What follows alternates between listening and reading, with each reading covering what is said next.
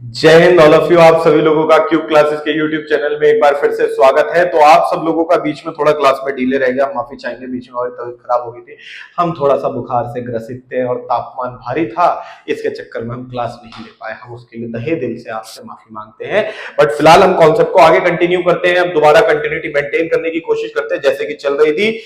आप लोगों से जैसे वादा कर रखा है, आप हमारा साथ दीजिए, हम आपका साथ देंगे और पूरे तरीके से जितनी भी क्लासेस मिस हुई है उसे कंपेंसेट करने के लिए एक्स्ट्रा लेक्चर्स, एक्स्ट्रा वीडियोस, एक दिन में वो सारी चीजें तैयार की जाएंगी। बस एक बार थोड़ा सा मैं और रूटीन में आ जाऊं, दोबारा से एक बार तबीयत और थोड़ी सी बेटर हो जाए तो मैं आप लोगों को एक दिन में एक्स्ट्रा लेक्चर्स भी प्रोवाइड करा दूंगा।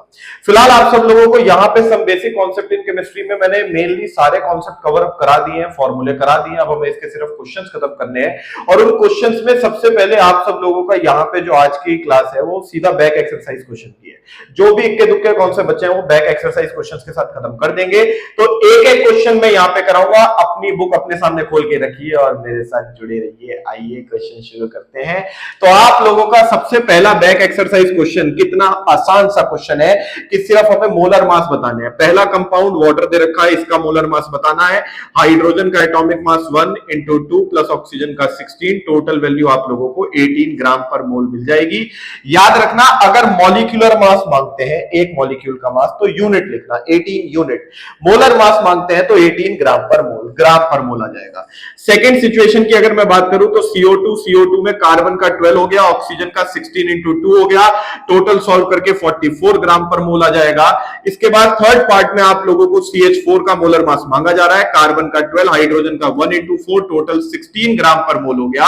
और ऐसे आप लोगों को तीनों के मोलर मास मिल गए। क्वेश्चन सॉल्व देखिए कितना आसान था। क्वेश्चन 2 में आपको एक केमिकल दिया गया Na2SO4 और इस कंपाउंड के हर एक एलिमेंट की मास परसेंटेज मांगी जा रही है। तो मेरे बच्चों, Na2SO4 की मास परसेंटेज में हमें उन्होंने कोई डिटेल दी ही नहीं, उन्होंने कुछ नहीं बताया और हमारे ऊपर क्वेश्चन में इतना ही हिस्सा देके छोड़ दिया, जरा निकाल के बताओ।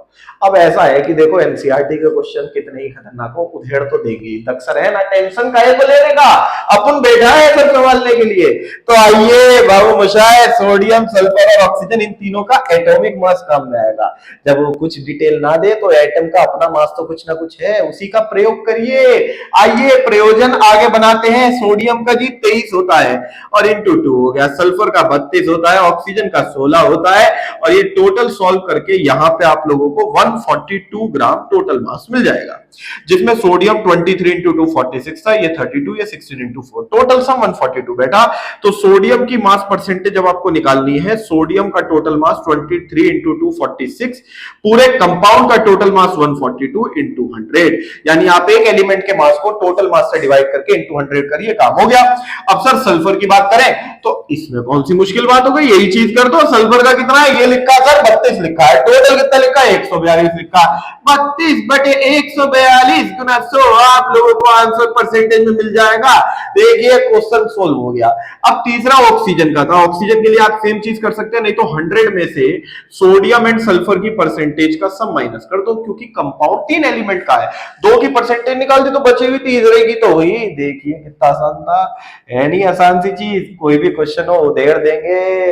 अब क्वेश्चन नंबर 3 पे आते हैं। क्वेश्चन नंबर 3 आप लोगों का एम्पेरिकल फॉर्मूले पे है, जो कि ऑलरेडी कराया गया था। आप लोगों को उसमें एलिमेंट आयरन एंड ऑक्सीजन दे रखे हैं। आयरन एंड ऑक्सीजन की मास परसेंटेज दे रखी है यहाँ पे 69.9 और ऑक्सीजन की 30.1, जिसमें आपको इनके एटॉमिक मास की वैल्यू भी मैंने लिख के दी थी। एटॉमिक मास की वैल्यू यहाँ पे आप लोगों को मिल जाएगी 56 और इसकी 16। आप इसके मोल्स निकाल लो, मैंने आपसे कहा था मास परसेंटेज के क्वेश्चन में एटॉमिक मास से डिवाइड करके मोल्स निकाल सकते हो। इसके मोल्स 1.24 के आसपास, इसके 1.88। अब मोलर रेशियो निकाल लो। मोलर रेशियो निकालते हुए आप लोगों को सबसे छोटी मोल्स वैल्यू कॉमन लेनी थी, इसकी 1 आ गई, इसकी 1.49 यानी 5 आ गई। और सिंपल रेशियो का रूल था राउंड ऑफ कर दो, लेकिन 0.5 को डायरेक्ट राउंड ऑफ नहीं कर सकते थे, तो 2 से मल्टीप्लाई करके 3 ऑब्टेन करा था। और अगर आपने कंपाउंड को एक हिस्से को 2 टाइम्स करा तो सारे पार्ट 2 टाइम्स होंगे। फॉर्मूला बना Fe2O3। Question solve. आप लोगों को ये पूरा सॉल्यूशन डिटेल्स में एम्पेरिकल एंड मॉलिक्यूलर फॉर्मूला वाली वीडियो में करा रखा है। अगर किसी को इसका कॉन्सेप्ट मिस हो रखा हो तो उस वीडियो को जरूर देखना। प्लेलिस्ट में some basic concept in chemistry chemistry का लेक्चर 3 और 4 में डिस्क्रिप्शन में लिखा है कौन सा टॉपिक एम्पेरिकल या मॉलिक्यूलर फॉर्मूला का है, गौर से देखिएगा। और डाउट रह जाइए तो कमेंट में बताइएगा, हम कमेंट में आपके कमेंट्स को पढ़ के ये जो क्वेश्चन है इसकी दोबारा डिटेल दे देंगे। आप बिल्कुल ना घबराइए, सिर्फ हमें बताइए, हम आपके सारे प्रश्नों का हल ढूंढ के लाके देंगे। अक्सर है ना टेंशन काहे को। आइए चलें आगे को। आगे के क्वेश्चन में क्वेश्चन नंबर 4 का कहता है, क्वेश्चन नंबर 4 सर एक एम्पेरिकल सॉरी लिमिटिंग रिएजेंट के आधार पे है। आइए क्वेश्चन नंबर 4 पे गौर करते हैं। फिर उसके बाद 5 और 6 मोलैरिटी बेस्ड है जो शुरू में करा दिए थे। आप 5 और 6 क्वेश्चंस को अगेन स्टार्टिंग की वीडियो में देख सकते हो, और क्वेश्चन नंबर 7 समझा के आज की वीडियो को रोकेंगे, फिर कल आप लोगों को आगे के क्वेश्चंस कराऊंगा। तो अब यहाँ पे आप लोगों को क्वेश्चन नंबर 4 की बात करें तो क्वेश्चन नंबर 4 में क्या कहा जा रहा है। हाँ जी सर बताओ क्या कहा जा रहा है, देखते हैं आप क्या कह रहे हैं। तो क्वेश्चन नंबर 4 में मेरे बच्चों आप लोगों से कहा गया कि एक कार्बन है जिसे ऑक्सीजन से रिएक्ट करा के CO2 बनाने की बात हो रही है, और रिएक्शन पूर्णतः बैलेंस है। आप देखिए एक कार्बन दो ऑक्सीजन बैलेंसिंग सेट एकदम। पहले पार्ट में आपसे कहा गया कार्बन हमारे पास कितना है जी 1 मोल है, और जी ऑक्सीजन कितना है एक्सेस में है एयर, वो पूछ रहे हैं CO2 कितना बनेगा। इतनी सी बात बोली गई। अब आप ध्यान से देखो, ऑक्सीजन एक्सेस में इसकी कोई कमी नहीं है, तो कमी जब भी पड़ेगी फिर वो कार्बन की पड़ेगी, और जो कम होता है वही प्रोडक्ट की मात्रा को तय करता है। तो हम सीधा सीधा देख पा रहे हैं फ्रॉम 1 मोल ऑफ कार्बन, हाँ जी सर, CO2 ऑब्टेन्ड या form equal to 1 mole. Reaction का कहना है 1 से 1 काम सेट एकदम। अब अगर 1 मोल से 1 मोल CO2 बन रहा है तो बस CO2 का मास और निकाल लो, mass of CO2। 1 mole CO2 का मास निकालना है तो मोलर मास ही तो हुआ, 1 मोल का मास, मोलर मास। कार्बन का 12, ऑक्सीजन का 16 इंटू 2, सॉल्व करके 44 ग्राम, क्वेश्चन सॉल्व। और सर सेकंड पार्ट भी बता दो जी। सेकंड पार्ट में carbon plus oxygen give CO2। देखिए यही रिएक्शन का दोबारा से प्रयोजन है। अब इस रिएक्शन में कार्बन को ऑक्सीजन से रिएक्ट कराते हुए हमें कार्बन तो बताया गया 1 मोल, और ऑक्सीजन इस बार लिख के दिया गया 16 ग्राम। यहां हुई बदतमीजी। अब देखो केमिस्ट्री बदतमीज है तो हम भी कम नहीं है, ऐसी बात नहीं है। मेरठ वाले हैं सर, ऐसी तैसी कर देंगे, तोड़ डालेंगे। फिर केमिस्ट्री हो या कुछ भी हो, मेरठ का हिसाब तोड़ फोड़, तो तोड़ फोड़ करो जरा। यहाँ पे सर इस क्वेश्चन का हल बताओ। आपको अब ऑक्सीजन 16 ग्राम दिया गया, और ऐसे केस में सबसे पहले ये पता करो कमी किसकी है। जो कम होता है वही प्रोडक्ट के अमाउंट को निर्धारित करता है। तो सर अब जरा यहाँ पे अपनी शुद्ध हिंदी की भाषा में बताइए कि आगे क्या करना है। तो देखिए बेटा, सबसे पहले मोल्स ऑफ कार्बन ये निकालते हैं। ओ सॉरी, कार्बन के तो है, निकालना क्या। अब मोल्स ऑफ ऑक्सीजन निकालो सर। 16 ग्राम बटे molar mass, molar mass 16 into 2 32 ग्राम पर मोल। तो इसके आधार पे इसके मोल्स 1/2 माने 0.5 आ गए। तो हमारे पास ऑक्सीजन 0.5 मोल्स है। अब जरा कार्बन ऑक्सीजन का कंपैरिजन करो, तो कार्बन का 1 मोल ऑक्सीजन के 1 मोल से रिएक्ट 1 तो इसके आधार पे लिखा जा सकता है for 1 mole of carbon oxygen required equals to 1 mole. अब 1 के लिए 1 की जरूरत है, 1 के लिए 1 की जरूरत है, पर मेरे पास 1 के लिए 0.5 है, और 0.5 मतलब ऑक्सीजन कम है, जरूरत के मुकाबले कम रह गया। और अगर ये कम रह गया तो ये लिमिटिंग रिएजेंट हुआ। Therefore O2 is limiting reagent. हाँ जी सर, ये तो आपने ठीक कह दिया। अब O2 लिमिटिंग है तो O2 ही CO2 के अमाउंट को निर्धारित करेगा।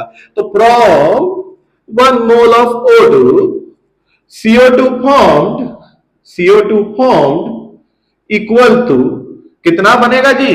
O2 के 1 मोल के लिए CO2 1 मोल बन रहा है, तो अगर 1 मोल बन रहा है तो इसके आधार पे आगे क्या कह सकते हैं, from 0.5 mole of O2 CO2 formed equal to 0.5 mole. भाई 1 से 1 बन रहा है तो 0.5 से 0.5 बनेगा। अब अगर 0.5 से 0.5 CO2 बनेगा तो मास ऑफ CO2 निकाल लो। कैसे निकालोगे जी, 1 मोल का मास 44 था, तो 0.5 मोल्स का 0.5 इंटू 44 यानी 22 ग्राम हो गया। समझे जानी, हो गया क्वेश्चन सॉल्व। कितना आसान था। थर्ड पार्ट है इसका सेम, तो इसका मतलब क्या हुआ, ट्राई करना है ना। लग जाओ काम पे तुरंत। सेवंथ क्वेश्चन, फिर इसके बाद फिफ्थ एंड सिक्स आप लोग ट्राई करो, जो भी डाउट हो उसमें पूछो। सेवन से ही कंटिन्यू करेंगे कल की वीडियो में। सबसे पहले यहां तक के क्वेश्चन निपटाओ, इसका सेकंड पार्ट ट्राई करो। 5, 6, 11, 12 आप लोगों को ऑलरेडी करा दिए गए, उन पे गौर करो और उनमें जो नहीं हो उसका डाउट छोड़ो, ताकि अगली वीडियो में अगर हमारे कवर्ड क्वेश्चन हैं जिनके लिए मैं कॉन्फिडेंट हूं कि वो एक बार पहले अच्छे से डिस्कस हुआ और आप लोगों ने करे होंगे, तो फिर उसे हम कवर अप करने की कोशिश करते हैं। लेकिन उसके बाद भी आपको लगता है सर नहीं हुआ, तो मैं वो क्वेश्चन के सॉल्यूशंस दूंगा, कमेंट में मुझे बताइएगा, समझे? तो इसका मतलब क्या हुआ, आपके कमेंट बहुत आवश्यक है। और दूसरी आवश्यक चीज क्या है, आपके द्वारा दिया गया एक छोटा सा लाइक। बहुत सब कुछ आप मान के चलिए, जरूरी चीजें सारे छोड़ छाड़ के आप फोन अभी देख रहे हैं, लाइक ठोक दीजिए। एक जो सब्सक्राइब ज्यादा से ज्यादा कराइए चैनल को अपने दोस्तों से, सगे संबंधियों से। हम ज्यादा से ज्यादा रासायनिक विज्ञान का विस्तार करेंगे। I know, I am just saying that spread the chemistry all over by the sir. चलिए मिलते हैं अगली क्लास में। जय हिंद ऑल ऑफ यू।